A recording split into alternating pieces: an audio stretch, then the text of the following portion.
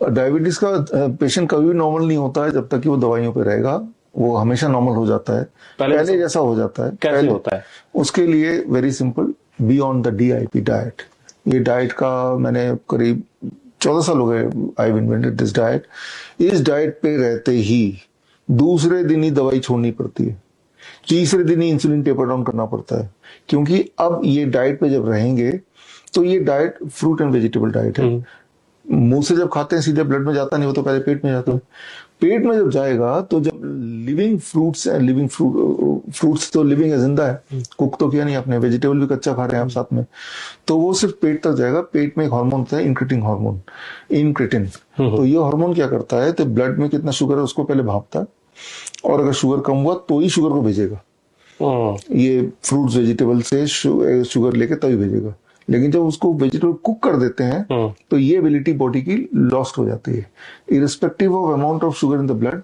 अगर मान लो vegetable cook कर दिया तो इसका शुगर सीधे ही चला जाएगा। तो जब हम ample amount of fruits and vegetable, जैसे हम DIP डाइट में बताते हैं, वो लोग लेते हैं। हमारा कैंप हर महीने होता है हिम्स हॉस्पिटल में।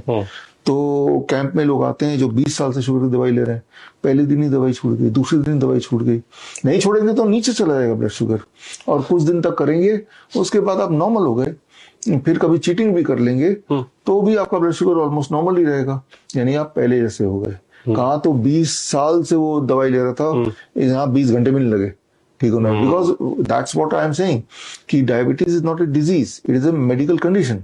एक चम्मच शुगर को हमने क्या किया, शुगर को उतना ब्लड में जाने ही नहीं दिया, है ना, पेट में ही रोक लिया। वो रोकने वाला काम कौन सा, किसका, इनक्रेटिन, ट्रैफिक सिग्नल की तरह। ट्रैफिक वाला भापता है ना, कहाँ पे ज्यादा ट्रैफिक आ रहा है उसको टाइम जगह देती है, जहाँ कम ट्रैफिक उसको वो होल्ड कराती है, मतलब एक बैलेंस मेंटेन करती है।